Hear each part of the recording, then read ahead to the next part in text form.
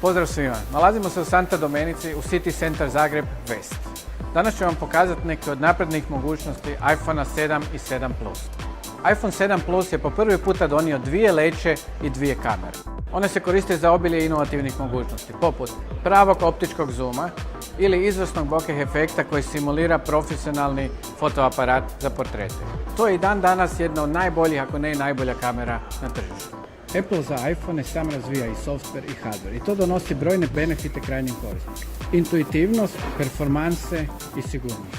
iPhone 7 je brži od većine prenosnika srednje cjenovne klase i to već sam po sebi zadivujući podatak jer ovo je ipak smartphone. On ima izuzetno snažnu grafiku, s njim se možete jako lijepo igrati, ali ono što ćete dobiti osim samih performansi i kratkoće rada je i sigurnost. Preko milijuna aplikacija u App Store-u su sve isprobane i one su garantirano čiste od virusa i malvera.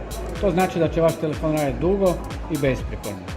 Apple iPhone je premium proizvod i on je premium do srži. Svaki njegov detalj je na vrhunskoj kvaliteti izvedbe. Materijal je aluminij 7000 koji se koristi u avioindustriji i to je sve vrhunsko. Međutim, ono što ne vidite odmah jest zadržavanje vrijednosti. iPhone-i najbolje drže vrijednost od svih telefona na tržištu.